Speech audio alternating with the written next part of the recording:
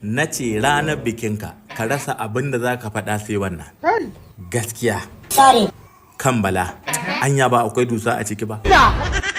Jama'a na ce Bala ne ranar aurensa, an ɗaura masa aure, an je a yi fati, an yi biki, an yi duk abin da ake.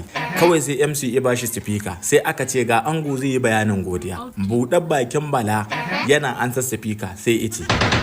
To da farko dai ina godiya ga duk mutanen da suka zo wannan biki, da wanda ya zo ƙasa, da wanda ya samu aka mai laif aka zo da shi a wurin fatin nan.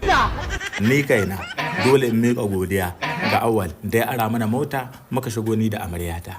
Sannan ina miƙa godiya ta musamman ga mai gida na Alhaji Tasu da ya ara min gidan da zamu zauna.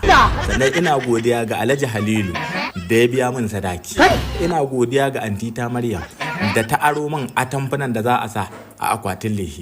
Sannan ina godiya ga Alhaji Abba mai ɗinki da ya ara min shaddar da zan saka a biki. Kamar yadda kuke gani ita ce na. Ina godiya ga M-Kas mai hula da ya ara min hula tangaran tare da alƙawalin cewa kada in bari zuha ya taɓa ta.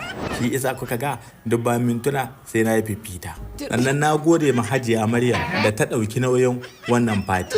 Ina godiya ga duk mutanen da suka watsa kuɗi a wannan biki, tare da alƙawali da muka yi da MC cewa ni nake da wayannan kuɗin watsi domin in samu abin da za mu sai magi da ɗan garin rogon da za mu fara sha na amarci. Na gode, wassalam.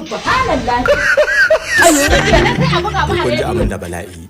Aiko iyayen amarya suna jin yayi wannan katobara ba sai suka miƙe ba, wuf suka ɗauki ke yasu su ja ya ja kiti yana ina za ku da matata, suka ce matarka, ya ce eh, sai suka ce Allah ya baka taka. Wallahi gida mu kai da wannan aure ya mutu. Na ce subhanallah.